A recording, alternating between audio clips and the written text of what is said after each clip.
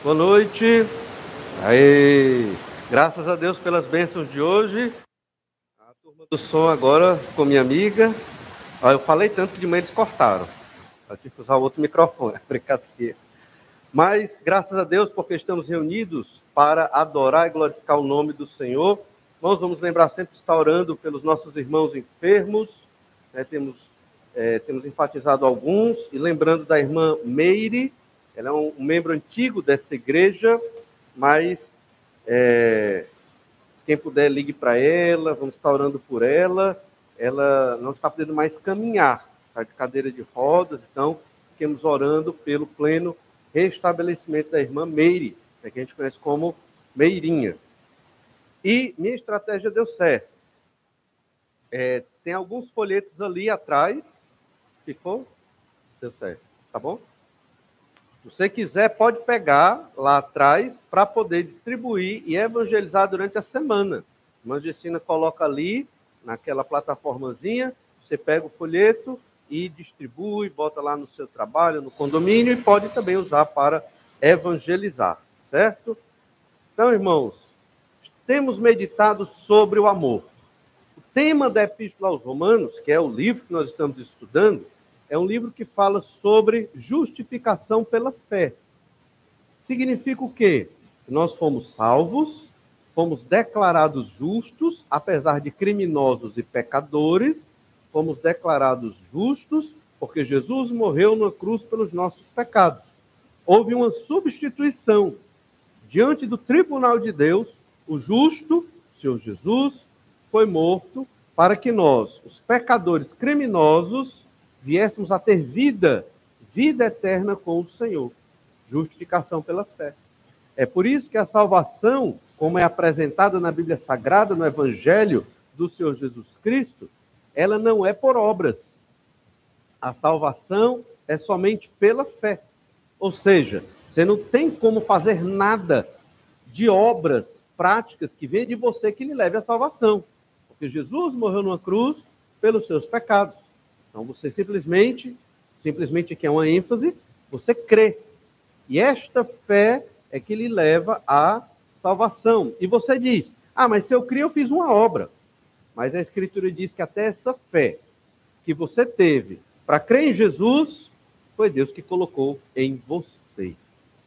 É um milagre do Senhor.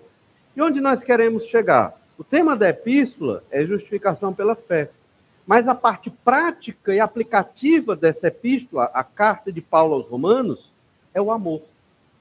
Desde o capítulo 12 até agora, estamos no capítulo 14, temos sempre falado sobre o amor.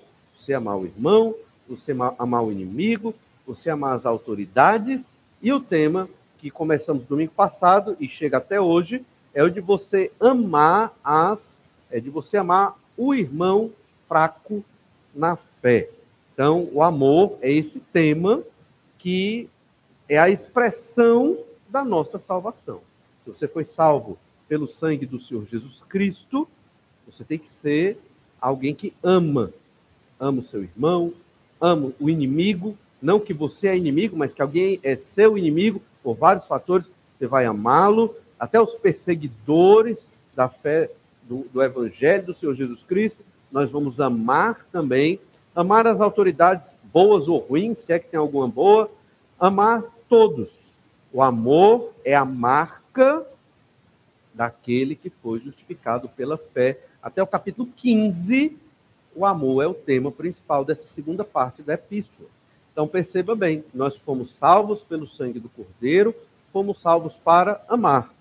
Pregar o Evangelho, nós podemos pregar o Evangelho falando daquele plano de salvação que tem na Epístola aos Romanos. Nós podemos entregar um folheto para alguém, nós podemos evangelizar rapidamente, um vizinho, um amigo, uma pessoa no ônibus, isso é maravilhoso e é uma bênção. Mas imagino eu que o evangelismo bem consistente é quando você prega o Evangelho de Jesus, não só com as palavras, mas com a sua vida. E amar não é fácil. Na verdade, sempre estamos devendo amor para as pessoas. Nunca vamos pagar a dívida de amor que temos de uns para com os outros. É um tanto frustrante, mas é verdade. sempre vamos dever o amor, sempre vamos falhar no amor, mas nunca vamos desistir de amar.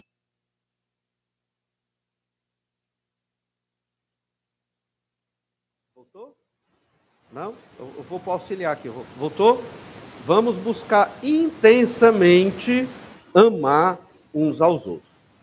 Tema de hoje, começamos domingo passado, que é um tema, eu até mencionei domingo passado, todas as igrejas evangélicas que seguem a palavra de Deus, observassem a sério esses textos, as igrejas não teriam dificuldades nem problemas. A ideia é amar os irmãos mais fracos na fé. Irmão fraco não é um irmão que vive em pecados, não é um irmão carnal, não é aquele crente que vive no mundo, praticamente perdido, não. O mais fraco na fé é aquele irmão que, por várias razões, considera pecado coisas que essencialmente não são pecado. E demos muitos exemplos na semana passada, e a tônica do nosso texto aqui, que é Romanos 14, a partir do verso 1, é o alimento e as festas judaicas. Então, para os crentes judeus, comer a carne oferecida no mercado grego ou romano era pecado. Tinha que comer verdura, como Daniel. Para os crentes gentios, gregos e romanos, não era pecado.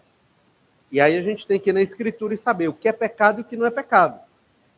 A Bíblia deixa muito claro isso, o que é pecado e o que não é pecado. Se o apóstolo Paulo chama aqueles irmãos fracos de fracos, é porque eles estão considerando pecado algo que não é. Resolvido, pastor. Então vamos convencer aqueles irmãos que eles estão errados. Essa é a estratégia que Paulo ensina. Leamos Romanos 14, verso 1.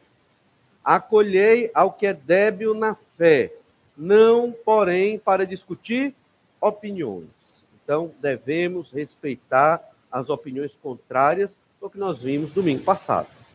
Então, quando eu tenho um irmão que acredita que algo é pecado, e que necessariamente aquilo não é pecado, mas por várias razões, no caso aqui do contexto da epístola de Paulo aos Romanos, é por conta da cultura judaica, é por conta da lei de Moisés, os judeus convertidos a Jesus ainda estavam muito apegados à lei.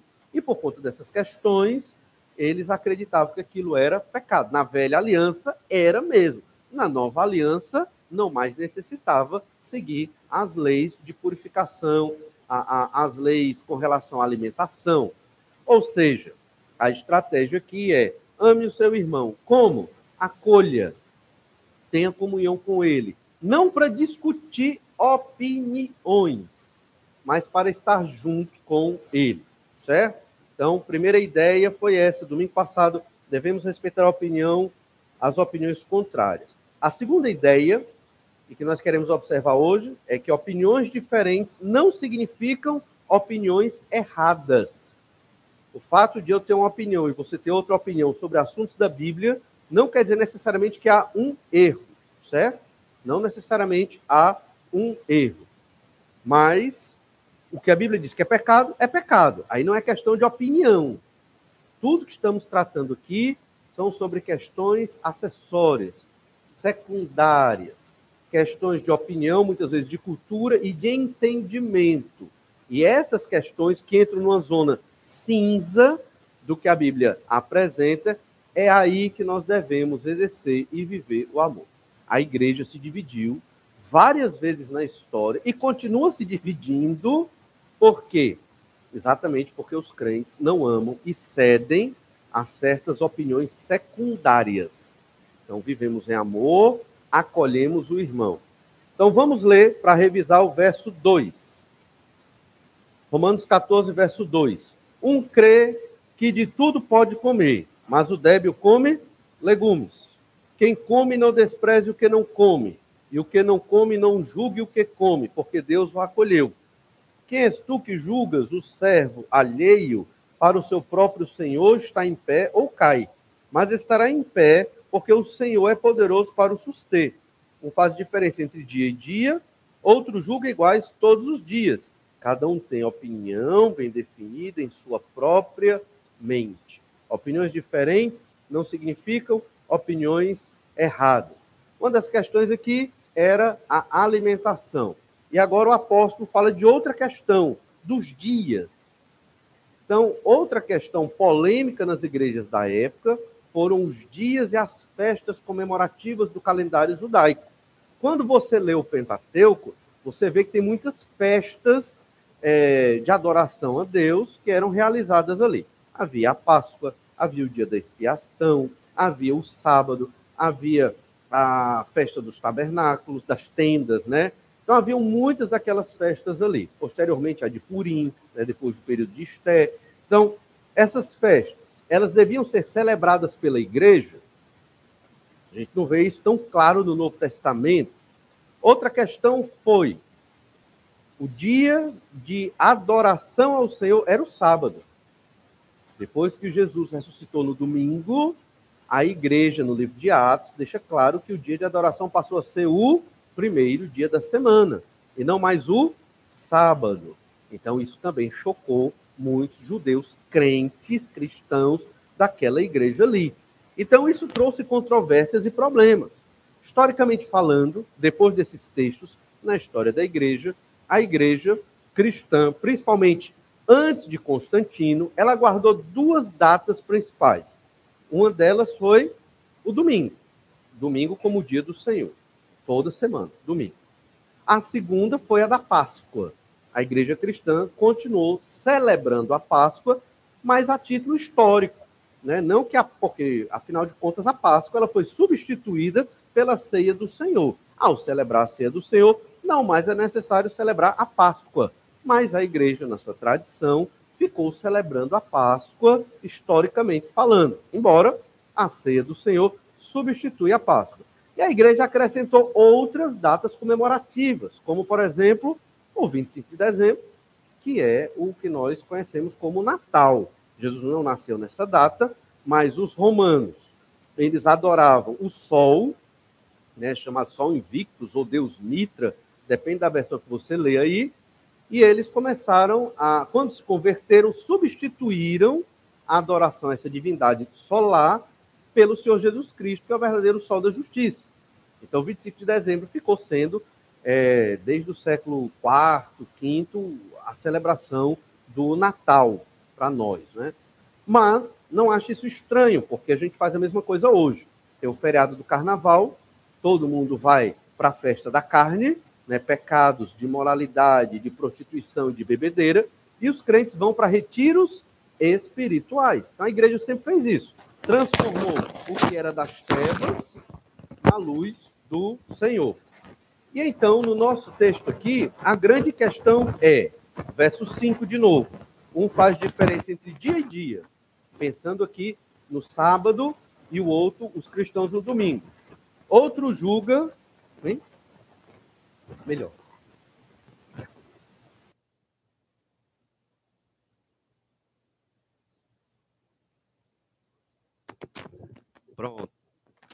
Pronto, agora sim. Agora dá para ouvir. Então, haviam essas questões, mas olha o que diz no final do versículo. Cada um tenha opinião bem definida na sua própria mente. Então, isso é uma questão muito pessoal, é uma questão que cada crente tem que ter na sua mente bem definida.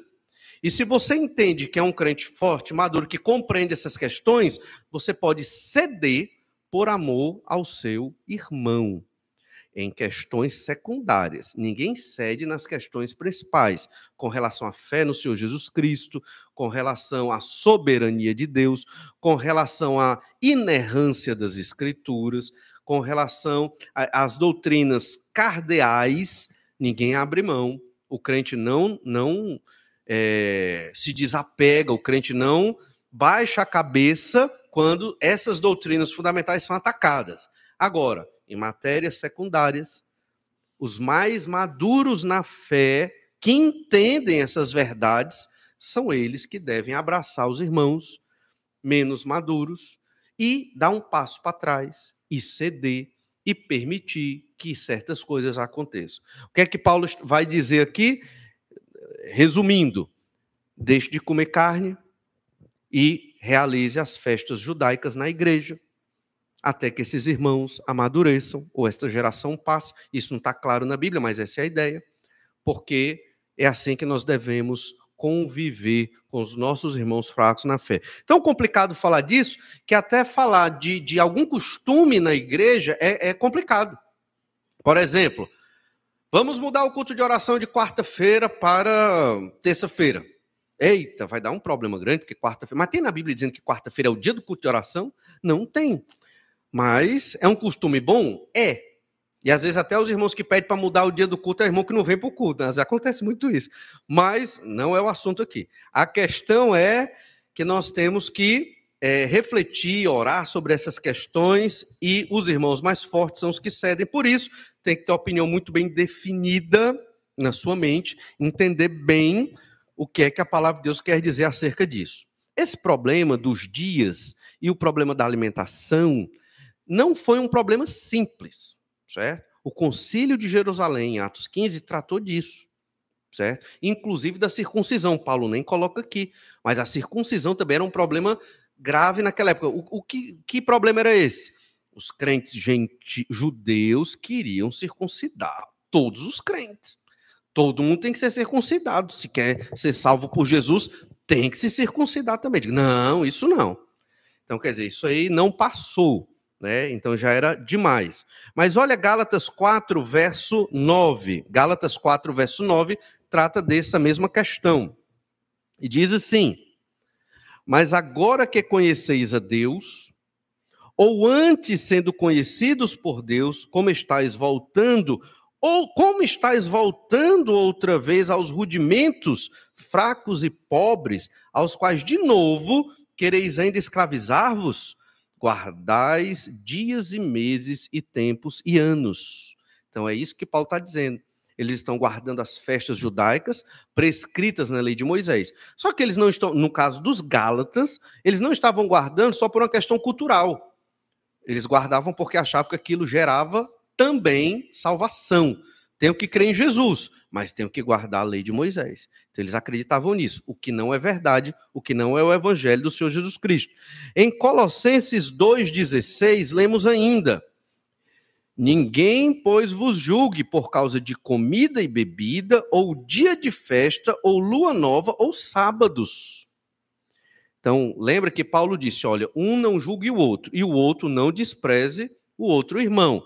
Então, qual era o pecado aqui? Os crentes mais fortes, né, consciência mais apurada, na fé, diziam, não, eu não vou me subjugar a guardar esses dias, que era da velha aliança, ou comer essa carne, que não tem nenhum problema, deixar de comer a carne, que não tem nenhum problema.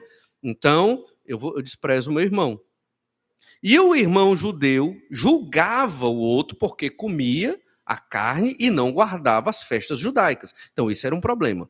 Um irmão desprezava o outro e o outro irmão julgava o outro. Os dois são pecado. Os dois são pecado. O que é que Deus quer?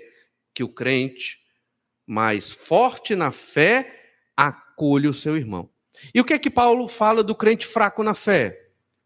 Deixa ele lá. Você não vai discutir. Você não vai sentar e provar 2 mais 2 são 4, porque não vai resolver. Vai afastar. Acolhe o irmão.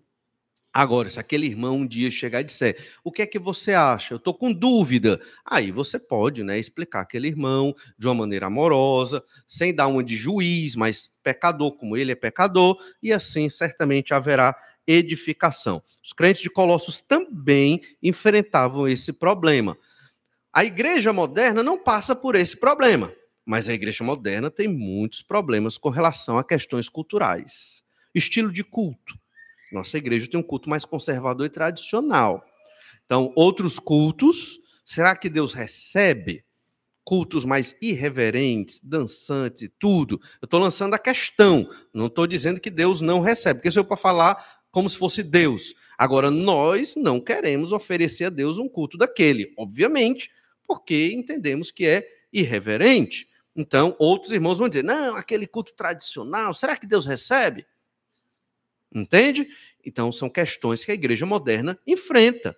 E nós temos que nos posicionar. E aqueles irmãos deixaram de ser irmãos? Não. Se crerem em Jesus como seu Salvador, não. Mas cada um vai dar de conta de si diante de Deus. E nós queremos oferecer a Deus um culto racional, é um culto onde a nossa mente entende o que nós estamos fazendo. Existem emoções no culto, obviamente, mas nós não somos guiados pelas emoções, pelo contrário, guiados pelo Espírito para ofertar a Deus nossa vida em adoração. Muitas questões sobre filmes, literatura, sobre instrumentos musicais, esportes e tantas outras coisas que não cabe aqui mencionar. A questão é, se uma coisa não é necessariamente pecado e um irmão fraco na fé se ofende ou se escandaliza com aquilo, então os irmãos mais fortes devem acolher esse irmão e não ficar debatendo e gerando aquela confusão. Muito do pensamento dos crentes judeus do Novo Testamento imita uma personalidade incrível do Antigo Testamento, o profeta Daniel.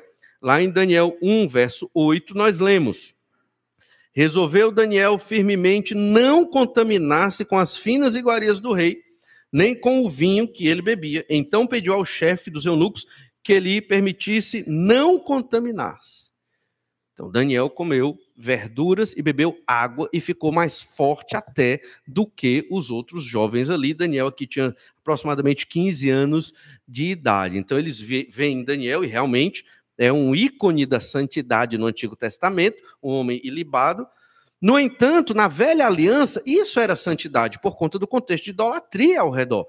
Na nova aliança, não mais era necessário guardar esta lei, que fazia parte da lei de Moisés. Então, a lei de Moisés toda não presta mais? Não, presta. Os princípios dessa lei estão no Novo Testamento. Esses princípios, é que orientam a nossa vida. O crente da nova aliança, ele tem uma diferença muito grande do crente da velha aliança. A velha aliança tinha lei para tudo. É só você pegar a lei, pronto, é isso aqui que eu tenho que fazer, já está dizendo. O crente da nova aliança, ele não tem lei para tudo. Ele tem os princípios e ele, com a sua consciência transformada pelo Espírito Santo, tem que tomar as decisões baseadas nos princípios da lei, da vontade de Deus. Entende? Então, eu acredito que é até mais difícil. Então, nós vivemos tomando decisões baseadas nos princípios que a Escritura nos apresenta. E o princípio aqui principal é o do amor. Amar um irmão fraco na fé.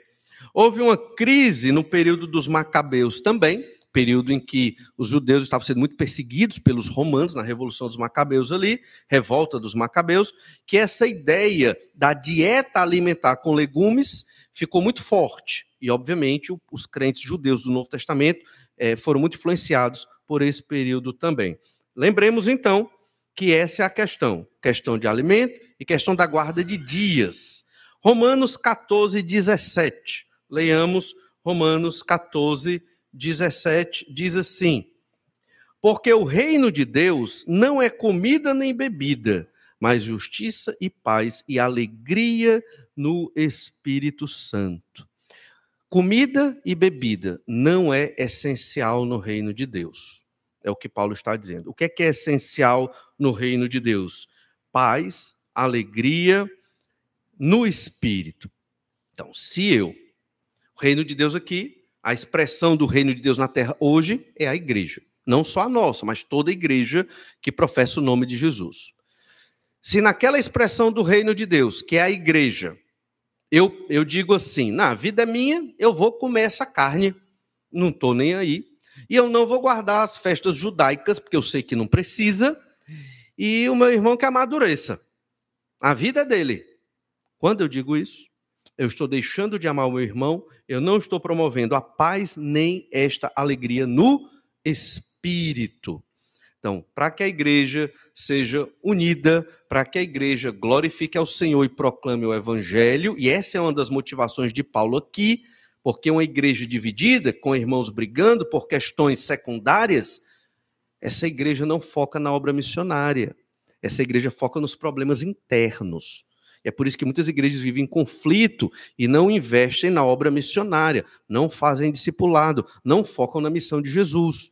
Então nós temos que deixar esses problemas secundários de lado e focar no que Jesus deixou para nós. Paulo está pensando nisso, porque ele quer ir para a Espanha, pregar o evangelho lá, e é essa igreja de Roma que vai apoiá-lo. É um dos motivos dessa epístola aqui. Veja então que o reino de Deus é muito maior do que as coisas aqui da terra. Então, se você faz alguma coisa que escandaliza e põe em risco a fé do seu irmão, deixe de fazer. É simples. E são coisas secundárias. E são coisas bobas mesmo. Na igreja tem muitas gerações. Tem irmãos mais antigos, tem irmãos mais jovens. Muitas vezes o que um irmão antigo faz pode ser uma armadilha na vida de um jovem.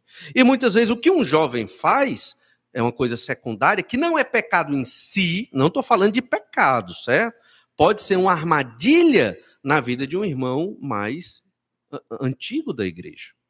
Entende? Então, quem está na igreja, quem é da igreja de Jesus, não pode dizer, a vida é minha, eu faço o que eu quero. Nós não podemos, nós somos um corpo em Cristo. Então, nós devemos amar uns aos outros. Não estamos aqui para dizer quem é forte, quem é fraco. Não.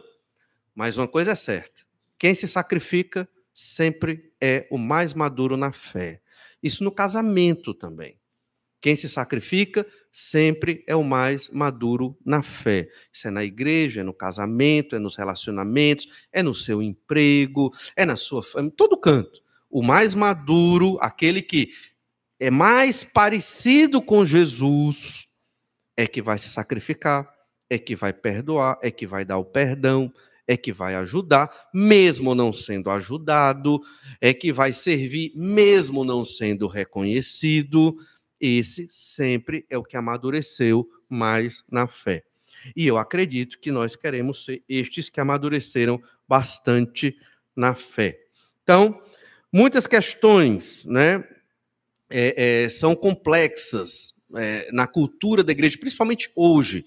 Nós devemos ter esse entendimento. Amar o meu irmão é mais importante do que as questões secundárias da vida, ou questões da sociedade. Isso tem muito a ver com o que nós vimos sobre amar as autoridades, não é verdade? Veja que Jesus, ele pagou o imposto romano, veja que Jesus, ele não entrou em questões de revolta contra o Império Romano, Jesus focou na obra de Deus. Por quê? Porque ele não foi para as questões secundárias, ele foi para o que era principal, a proclamação do reino de Deus, do evangelho do reino.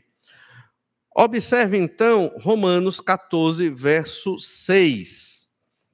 Romanos 14, verso 6. Nós lemos o verso 7, voltando agora, Romanos 14, verso 6. Quem distingue entre dia e dia, para o Senhor o faz.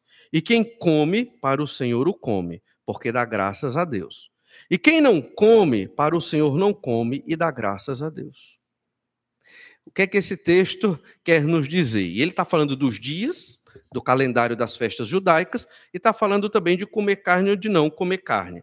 A questão é que se eu dou graças a Deus, significa que eu estou fazendo aquilo para agradar a Deus, para glorificar o Senhor. Essa é a ideia. Se eu como dando graças, eu estou fazendo para glorificar ao Senhor. Então, se tem um irmão, pensando no contexto da epístola, que come aquela carne, ele come com a consciência tranquila, porque na mente dele ele entende que aquilo não é pecado, e ele come para a glória de Deus, dando graças ao Senhor. Se o irmão come só verduras, ele entende que comer aquela verdura ali é o correto, é santificação, e ele vai fazer isso para dar graças a Deus, ou seja, para a glória do Senhor. O que o apóstolo está dizendo é que ambos, crentes judeus, como crentes não judeus, crentes gregos, crentes romanos, estão sinceramente buscando adorar a Deus com a sua alimentação e com os dias festivos de adoração ao Senhor. Eles não estão fazendo por maldade, não estão fazendo por intriga, eles estão realmente buscando adorar ao Senhor. Por conta disso, nós devemos ceder e amar o irmão que entende que aquela carne é pecado. É isso que Paulo está querendo dizer. Ele não está fazendo aquilo por maldade, ele não está fazendo aquilo porque ele é do contra, mas ele está fazendo aquilo honestamente, crendo que aquela lei lá do Antigo Testamento ainda é válida para a santificação. Talvez por falta de entendimento, acho muito difícil, porque eram judeus que entendiam muito a Escritura, certamente é porque ainda não entrou essa sabedoria de que a lei passou e que agora é a lei de Cristo, a lei do amor, e que aquelas leis específicas caducaram. O foco aqui do verso 6 é o dar graças a Deus. Mas cuidado com esse ensino. Eu estou cometendo aqui um pecado, mas eu dou graças a Deus. Não é isso que ele está dizendo aqui, certo? Você não pode cometer um pecado e dizer, obrigado, Senhor, te louvo, ó Deus, te dou graças por conta desse pecado. Como, numa época, certos políticos oraram agradecendo pela propina, por exemplo, né? Então, isso aí é sem entendimento. Como é que eu roubo e eu agradeço pelo roubo? E tem bandido evangélico, né? Eu já vi também, que parece que eles agradecem a Deus pelo faturamento daquele dia, que foi o roubo. Quer dizer, eu não posso agradecer a Deus e louvar a Deus por um pecado que eu cometi. Não é isso que Paulo está dizendo. Como também é errada aquela ideia, muito semelhante, eu tenho paz no meu coração, então o que eu fiz não é pecado. A escolha que eu fiz não é pecado. Não necessariamente. Nosso coração é tremendamente enganoso e corrupto, então eu posso simplesmente ser muito cínico e eu tenho paz. Pronto, estou vivendo no pecado, estou desagradando a Deus, não leio a Bíblia, não sirvo ao Senhor, não prego o Evangelho, mas, pastor, eu tenho paz no meu coração.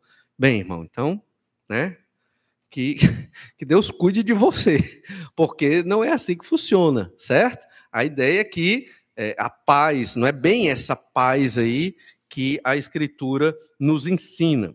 O fato é que, quando existem opiniões secundárias dentro da igreja, opiniões que não são fundamentais, que não são principais e essenciais, para manter o amor entre os irmãos, a paz, a alegria do Espírito Santo, os mais maduros na fé cedem. Quando isso não acontece, as igrejas se destroem, as igrejas se dividem, e é o que a gente vê na história da igreja, e inclusive na história da igreja moderna. É por isso que as igrejas se esfacelam. A opinião correta é aquela em que podemos dar graças a Deus. Se você dá graças a Deus, essa é a opinião correta. Então, se você deu graças a Deus por comer carne, amém.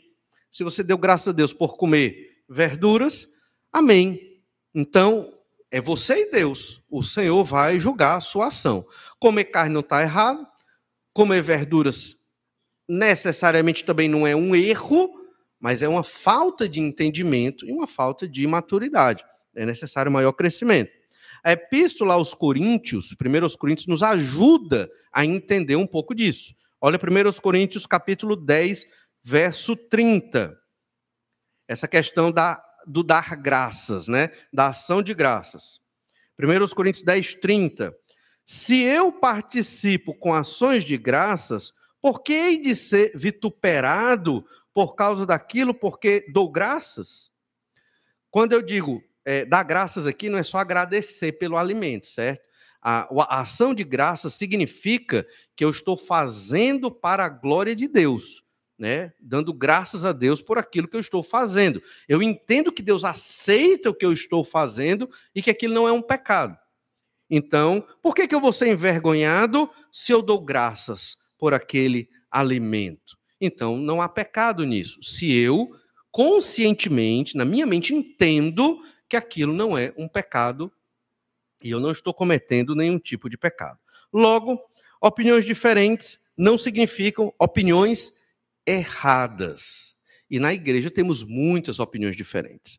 Opiniões com relação à política, opiniões com relação à sociedade, com relação à economia, com relação a certos costumes, certas práticas, certos textos bíblicos. A Bíblia tem textos que são figurados e, por conta das figuras, realmente é difícil você... É isso aqui, bater o martelo. Então, nós temos que conviver com opiniões diferentes. No entanto, jamais cederemos às doutrinas fundamentais da palavra de Deus. Jamais, entende? Não entenda que isso aqui é um passo para o ecumenismo. Não é. As pessoas confundem. Nós não somos uma igreja ecumênica e nunca seremos. Certo? Jamais. Nós somos bíblicos e vamos prezar pelos princípios da palavra de Deus, os princípios fundamentais. O que é secundário, tudo bem, a gente conversa, dialoga, são costumes. Essa igreja, Igreja Batista Manancial, ela tem seus costumes, que existem aqui desde antes de eu chegar.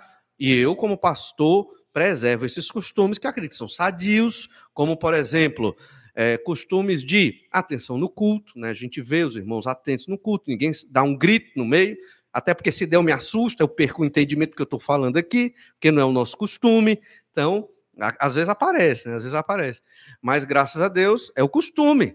Por quê? Porque a nossa igreja entende que não precisa gritar na hora do culto.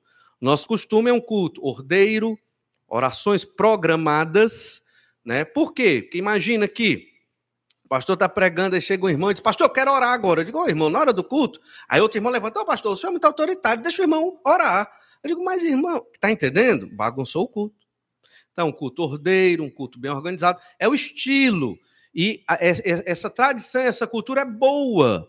E se Deus permitir, a igreja vai ser assim até a volta do Senhor Jesus Cristo, porque o foco é a proclamação da palavra de Deus, do evangelho, para a glória de Deus. O foco não é agradar o ser humano, né? O foco não é a humanidade em si, mas a glória de Deus. E, consequentemente, nós, seres humanos, seremos ricamente abençoados. Opiniões diferentes não significam opiniões erradas. Na minha mente, eu dou graças a Deus por aquilo que necessariamente não é um pecado, então eu posso praticar aquilo. Mas, se o meu irmão se ofende com aquilo, aí vem a nossa última ideia, nós vivemos para Deus e não para nós mesmos. A terceira ideia, dentro desse texto, vivemos para Deus e não para nós mesmos. Quando você ama um irmão, não é porque aquele irmão merece o seu amor, certo? Mas é porque o Senhor nosso Deus nos ordena amarmos uns aos outros. O amor é uma ordem de Deus. Eu tenho que amar porque Deus mandou eu amar. Eu, como crente em Jesus, não tenho opção de não amar. Eu erro, mas eu tenho que amar, como todos nós que cremos no Senhor Jesus. Olha então o verso 7, Romanos 14, 7. Porque nenhum de nós vive para si mesmo, nem morre para si mesmo. Esse versículo vai contra a nossa sociedade individualista, não é verdade? Então, cada um pensa em si. Ninguém, hoje, nas igrejas, está se acabando. Ninguém pensa no irmão, ninguém pensa naquele senhor, naquela senhora, naquela criança. O que é que aquela criança vai aprender? O que é que aquele jovem vai aprender a partir do meu comportamento? É claro que nosso testemunho é para o Senhor. Às vezes a gente pensa assim, eu quero dar um bom testemunho. Amém. Mas para os irmãos ou para os perdidos. Primeiro, o nosso testemunho é para Deus. Viva para agradar a Deus. E aí os outros vão ver sua vida e certamente serão abençoados. Mas a ideia não é, vou ter um bom testemunho por conta dos irmãos da igreja. Esse pensamento não é completamente correto. Vou ter um bom testemunho por causa dos perdidos ao meu redor.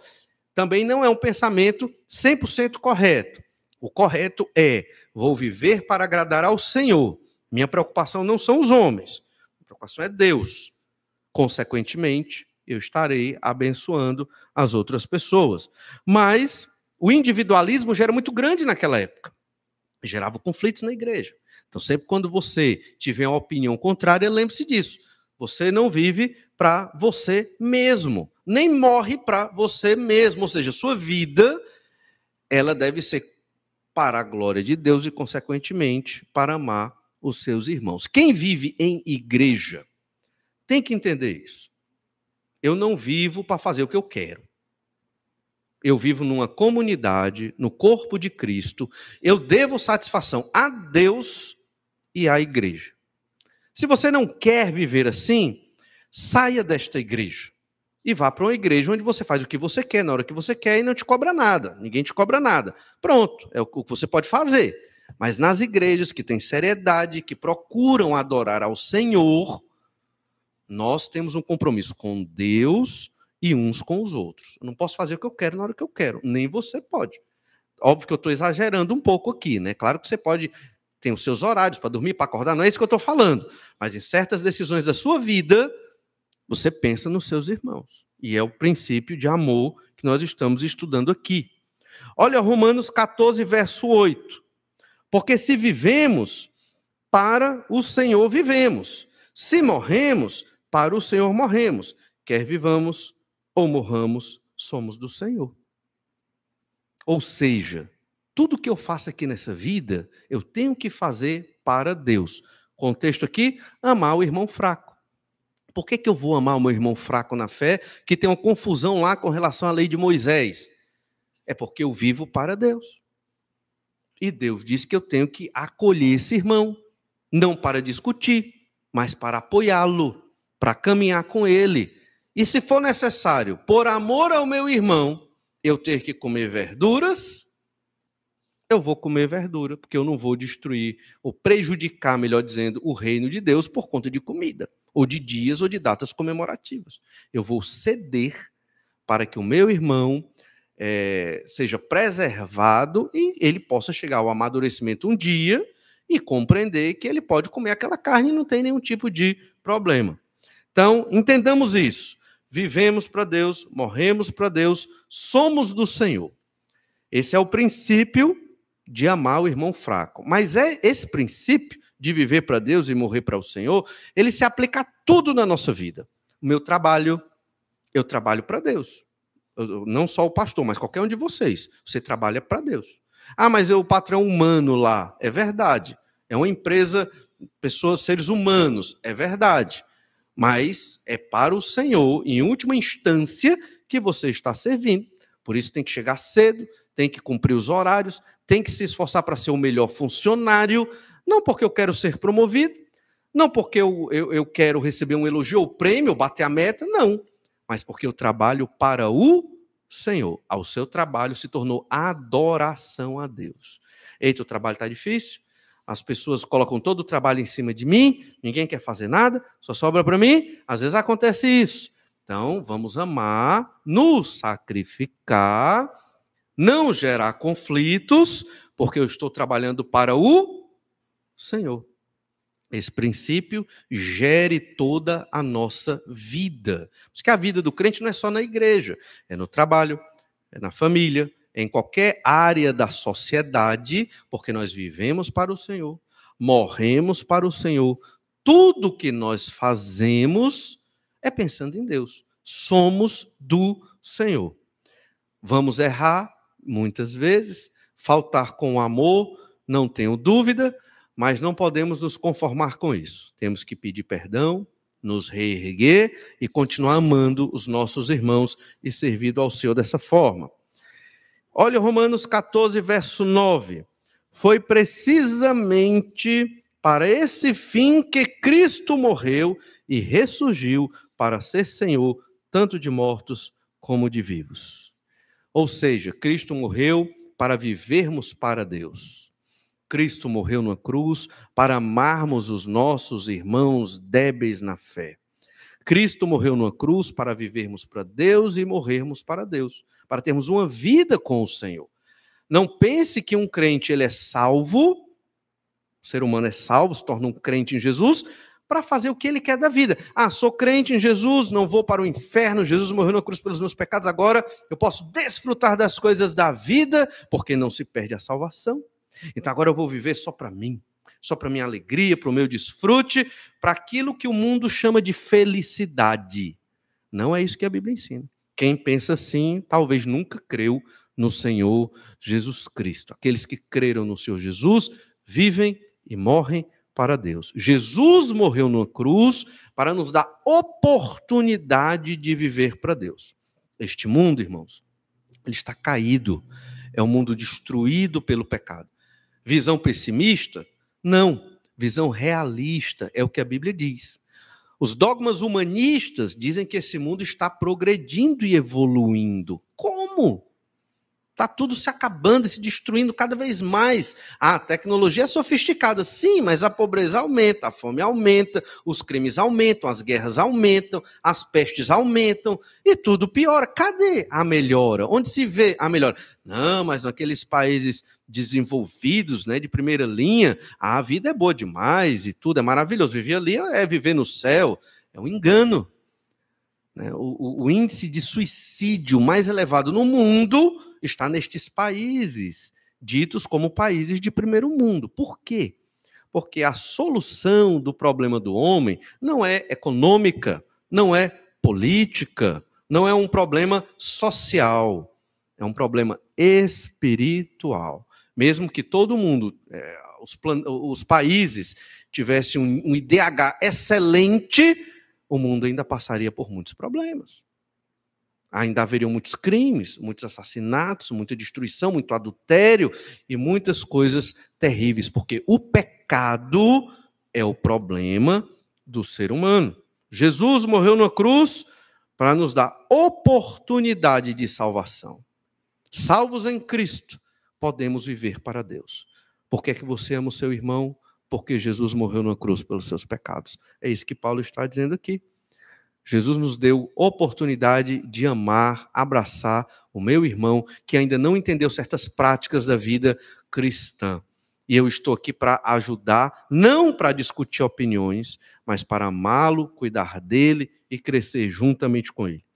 Devemos amar os irmãos mais fracos. Não estamos aqui para dizer quem é mais fraco, nem para dizer quem é mais forte. Mas os mais fortes são aqueles que se sacrificam em amor pelos seus irmãos mais fracos. E vimos 3 ensinos importantes aqui. Devemos respeitar as opiniões contrárias, opiniões diferentes. Não significam necessariamente opiniões erradas, pecados em si. E o terceiro ensino é que vivemos para Deus e não para nós mesmos. Quando a igreja aprende essas verdades, a igreja certamente vive para a glória do Senhor, glorifica o nome do Senhor Jesus Cristo. Continuaremos observando esse mesmo assunto sobre o amor, sobre liberdade que Deus nos dá para estarmos vivendo em comunidade. Que o Senhor nos abençoe e nos ajude a estarmos nos exercitando em amar cada vez mais um ao outro. Vamos orar, pedir que o Senhor nos abençoe mais e mais. Pai amado, te agradecemos, porque o Senhor é um Deus maravilhoso, todo-poderoso e que cuida de nós. Ajuda-nos, ó Pai, a vivermos segundo a tua vontade e segundo o teu querer. Capacita-nos a sermos aqueles que amam, que se sacrificam, que cuidam um do outro. Sabemos que temos uma dívida de amor para com todos aqui, que devemos melhorar muito no nosso amor de uns para com os outros.